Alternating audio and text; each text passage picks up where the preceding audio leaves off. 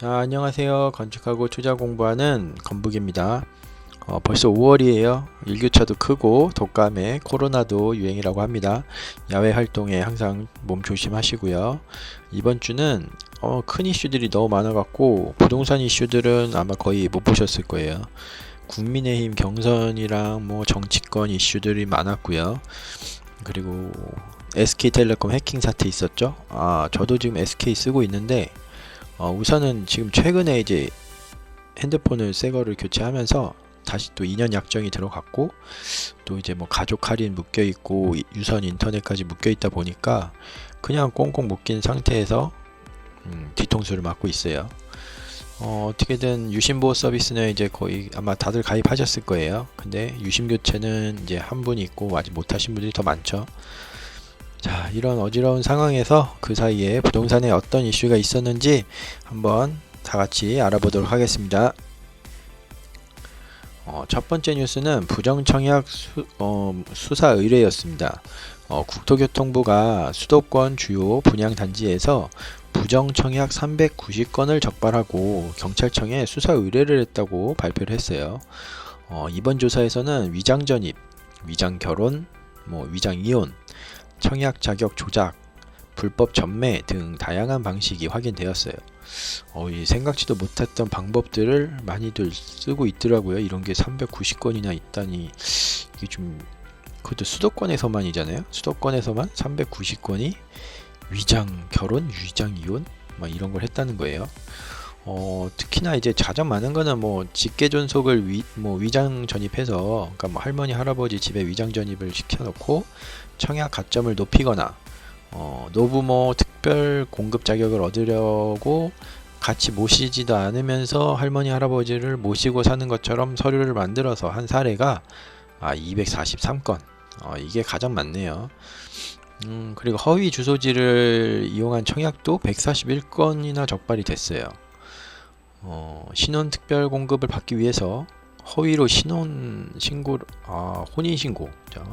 혼인신고를 하거나 배우자랑 그냥 서류상으로만 이혼하고 같이 사는 경우도 확인이 됐어요.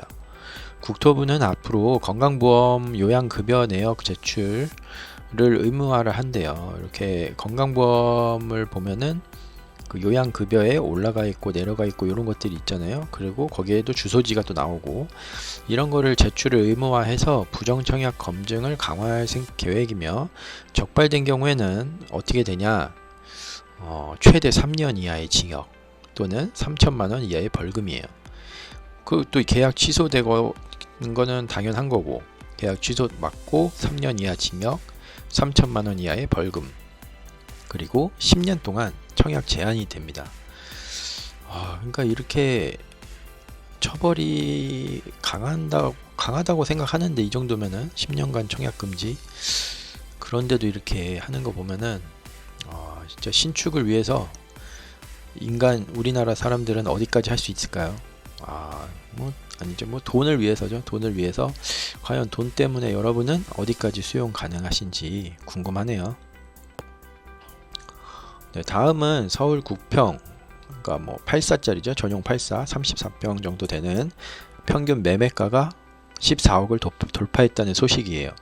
올해 1분기에 서울에서 그 전용 84 아파트의 평균 매매가가 14억 6천만 원에 도달하면서 작년 대비 25.5% 상승한 것으로 나타났어요. 이는 부동산 플랫폼 다방이죠. 다방이 국토부 실거래가를 분석한 결과로 서울의 아파트 가격이 지속적으로 상승하고 있음을 보여주고 있습니다. 서울 주요 지역별 아파트 가격 현황을 보면요, 서울 25개 자치구 중에서 서초구가 평균 28억 8천만 원으로 가장 높은 가격을 기록했고요. 그 다음 강남은 25억 2천만 원, 송파 19억 6천만 원, 용산 18억 7천만원, 종로 18억 1천만원 등으로 뒤를 계속 이었어요. 이들 지역은 서울 평균 매매가보다 훨씬 높은 수준을 유지하고 있었고요. 특히 서초구의 서울 평균의 197%에 달하는 가격을 지금 보이고 있습니다. 그러니까 서초구가 서울 전체 평균을 확 끌어올렸다, 이렇게 봐도 되겠죠.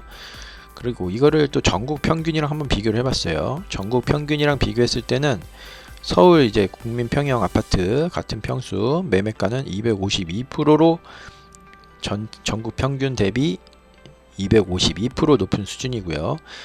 그 다음에 전세 보증금 있죠. 평균 전세 보증금도 6억 5천만 원으로 2.3% 상승했어요. 그렇죠. 전국적으로 같은 면적 아파트 평균 매매가는 아까 서울이 얼마라고 서울이 14억 6천인데 전국 평균은 5억 8천. 그 다음에 서울 전세 보증금은 6억 5천이 평균인데 전국 평균은 3억 7천. 이렇게 조사가 됐습니다. 그러니까 뭐 전세까지도 2배 차이. 그쵸? 그다음에 매매가는 한 3배 정도 차이 나고 그리고 지금 이제 서울의 전세 보증금이 6억 5천만 원으로 작년 대비 2.3% 증가를 했고 요걸 또 분석을 또 이제 각 서울에 있는 구별로 나눠 봤을 때 강남구 있죠. 강남구가 9억 9천만 원으로 가장 높았어요. 그 다음에 서초구, 이제 아까는 서초구가 매매가는 가장 높았는데 전세가는 또 강남구가 제일 높아요. 그러니까 전세를 제일 선호하는 데가, 전세를 선호한다는 거는 거의 살고 싶다는 거겠죠. 실거주를 못해도 난 여기 살고 싶다. 그러면 전세나 월세로라도 가는 거죠. 그게 강남구가 제일 높고, 그 다음 서초구는 9억 2천, 종로구는 8억 6천, 송파구는 7억 7천, 마포성동구는 7억 4천.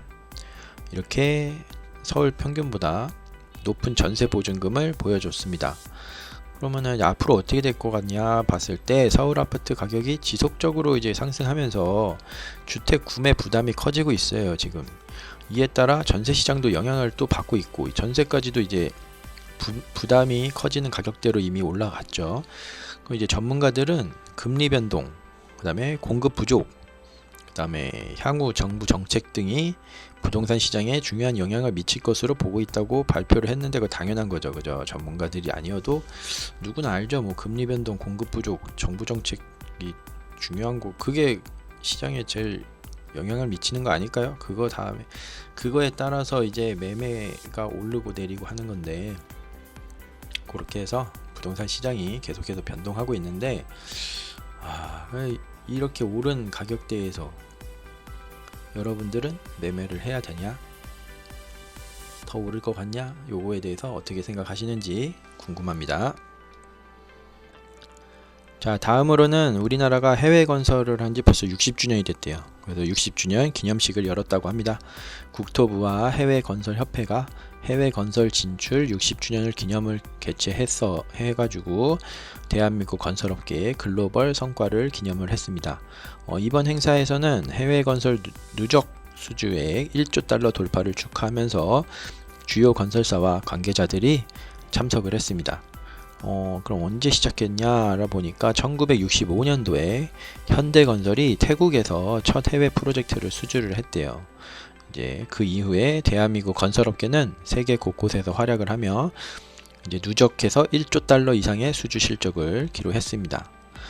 이렇게 해외 건설의 탑이 신설되었고, 해외 건설 수주 실적이 높은 기업들에게 수여가 되는 상 같은 거죠. 현대건설, 삼성물산, GS건설 등 주요 기업들이 수상을 했습니다. 해외 건설 10대 프로젝트가 선정되었고요. 태국에 있는 파타니 나라티왓 고속도로, 사우디아라비아의 주베일 산업항, 그 다음에 UAE 바라카 원자력 발전소 등이 이 10대 프로젝트에 선정이 됐습니다. 국토부는 목표를 이제 여태까지 1조 달러가 수주가 됐었는데 앞으로 2조 달러를 목표로 정하고 스마트 시티, 도시 개발, 철도, 항만 등 신성장 분야에서 경쟁력을 강화할 계획이다라고 발표를 했습니다. 이번 기념식은 대한민국 건설업계가 글로벌 시장에서 더욱 성장할 수 있도록 지원하는 계기가 될 것으로 보입니다. 정부와 업계가 협력해서 신흥시장 개척 및 기술 혁신을 추진할 예정입니다. 근데 해외 건설 산업이 발전을 이루어지려면 다 좋은데 국내 토목건설에서 자꾸 이렇게 사람 죽고 불미스러운 사고 생기고 철근 빼먹고 뭐 이런 사고부터 줄이는 것부터 시작을 해야 된다는 것이 저의 작은 생각이었습니다. 자, 정치적으로 지금 정치적 이슈가 많은 요런 상태에서 SK텔레콤 사태까지 어느덧 5월이 벌써 시작됐습니다. 조용할 날이 없는 대한민국이죠. 앞으로 또 어떻게 흘러가서 부동산 시장은 또 언제 또 사람들의 또 이목을 또 집중해서 끌어올라갈지, 아니면 정책이 갑자기 변화를 해서 이게 내려갈지, 한번 댓글에 한번 여러분 의견 남겨주시고요. 구독과 좋아요, 더 많은 이야기로 함께 해보겠습니다. 네, 그럼 다음 주도 좋은 이슈 정리해서 돌아오겠습니다. 감사합니다.